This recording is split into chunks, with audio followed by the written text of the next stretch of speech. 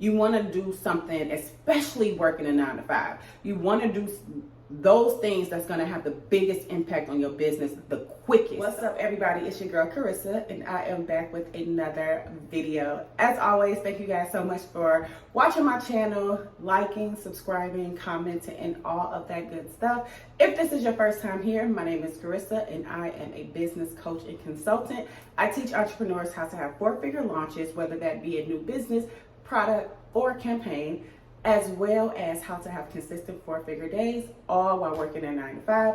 If you are interested in working with me, please check the description box below. Now, as always, let's go ahead on and get into the video. What I be saying? Without further ado, let's go ahead on and get into the video. So today's video is all about how I manage my 9 to 5 while running my business. And yes, your girl went back to a 9 to 5, but I'll put that in a separate video because But I did see a question here on YouTube. Shout out to the person that asked this question. And they wanted to know, how do I do it? Or maybe they were asking me, how should they do it? I'm not really sure, but I thought that I would do the video showing you guys how I do it and how you can do it too. It's so easy. Like, it's so freaking easy. Also, please forgive me for the lighting, because if you're a YouTuber, please show me how y'all be getting these lighting, how y'all get the lighting right, because your girl is like struggling. Now, the first thing I do is I typically wake up about 5 a.m. Between 5 and 5:30, because, you know, we like to hit snooze around here. And I have like a whole 2-hour morning routine where I like to get up early so that way I can get my mind right. Get up in the morning, I meditate, I do my gratitude journaling, I do my prayer time. Obviously, girl, you can't start the day without. I also either do yoga or I do the gym in the morning. So I get like, 15 to 20 minutes of yoga out in the morning, or I will go to the gym for about 30 to 45 minutes in the morning. And, getting your body moving in the morning is like really imperative for me, because like they say, if everything in the world is energy, then we need to make sure that our energy is up. So I do like to get my body moving, stretch this body out, and just get ready for my day, because a lot of times we have to make sure that we are checking in with ourselves before we go out into the world. So I always like to set the intention to have a good day and to actually feel good every single day. So therefore, no matter what happens in the day, I'm able to control myself, and I'm able to control how I respond to things, if at all. So that's very, very important for me. So seeing as though I get up so early, that is my time to get that stuff out the way, but then also prep for my day, because a lot of my clients are 9 to 5 as well. They're working 9 to 5. So therefore, they don't get off until 5, 6 o'clock at night. So I still have, a little bit of time in the morning to prepare for them. So I'll go over my schedule for the day and see if I have any clients, and I'll go over their plans that I create for them, or whatever the course is there will be, or whatever the lesson is for that night. So I kind of like to run through that in the morning, just to keep myself looking forward to what's coming, because coaching and consulting is truly my gift and my passion. I literally love it. Like, to see somebody else dreams come true based off the gifts and talents and knowledge and abilities and skills that God has given me, child, please, it is no greater feeling in the world. So then after that, obviously, I start my day around 8 a.m. I start work around 8 a.m. and I work from home for the most part. I'm remote 4 days out the week, so I only have to go into the office that one day. So the one day that I do go into the office, I don't have any clients and I don't have any plans for that day, because getting up and then having to go into the office and then driving home, child, I don't want to do nothing but relax. So typically the day that I go into the office is the day that I am off from coaching and consulting, right? One thing that really, really keeps me on track with the coaching and consulting, because it's truly a different avenue than the boutique, because with the boutique, it was like an all-day thing. And if I still have my boutique, there will be no way that I will be working a 9 to 5 right now. Period. It's too much stuff to get done, which is why I didn't work a 9 to 5 too long after I started my boutique. Typically on Sundays, what I like to do is I like to sit down and curate all of my emails for the week. So I'll sit back and I'll type out all of my emails, put my emails on automation to go out on set days and set times. So that'll free me up from that marketing aspect during the week. So I don't have to worry about that. It takes me about maybe an hour to curate 4 to 5 emails for the week.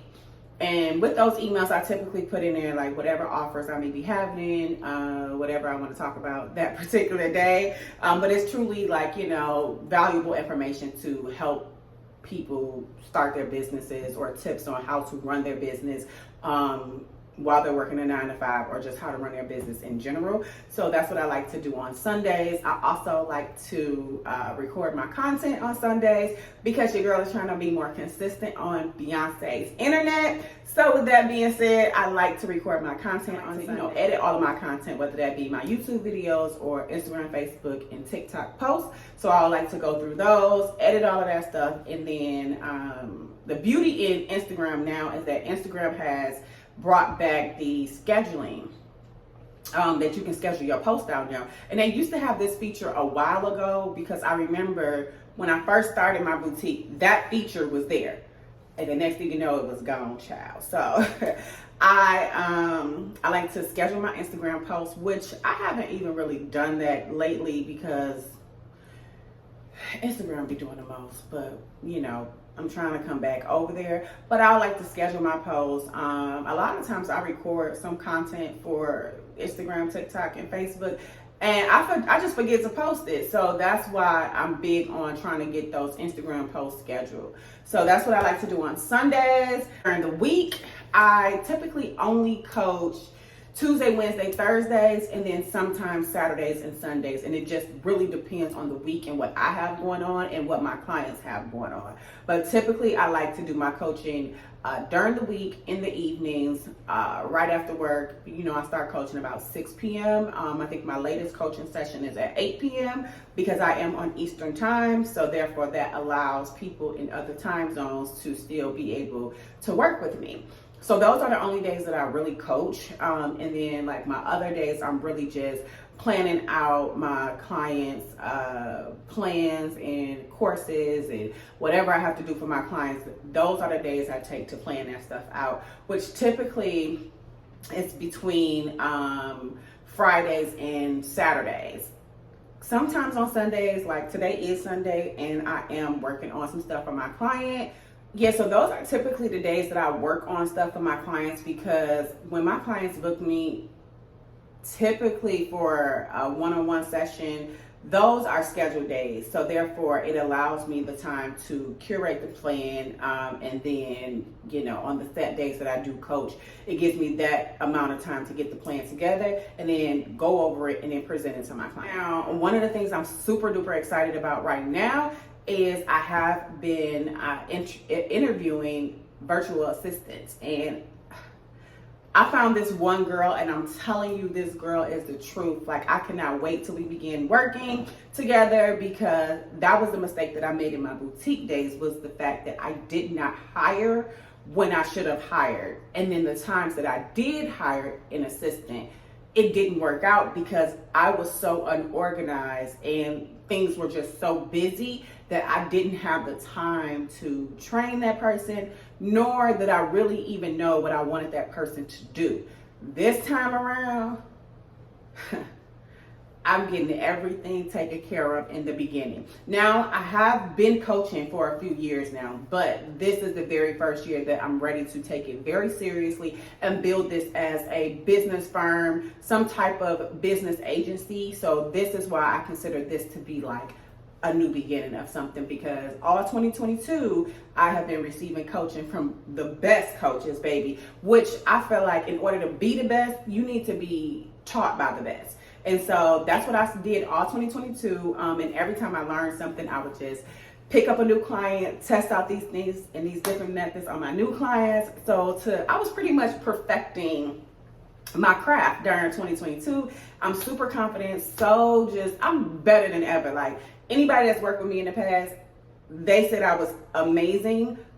But this right now, I feel that. Like, I feel that now. So like right now, I am actually, I don't really want to show these people stuff because, child, they paid for this. But right now, what I'm actually doing is I'm working with a girl, and I don't even know if y'all can see this. I'm not gonna zoom in or anything like that because I would hate for. Actually, let me pull it down. I would hate for this client to be kind of upset about something that they paid for, and I'm giving it away for free. But I'm actually working with a client right now. She is opening up some suites. So kind of like the beauty and barber suites that you see. I feel like suites are popping up everywhere because this is like my 4th client for suites. But with her, we're working on a game plan for her grand opening for her suites. So she came to me because she wants to pretty much have her suites filled the day of opening. And so one of the things I do want to talk to y'all about is that what I'm working with her on is we're working on pricing, contracts, filling the suite. So I'm pretty much coaching and consulting her at the same time.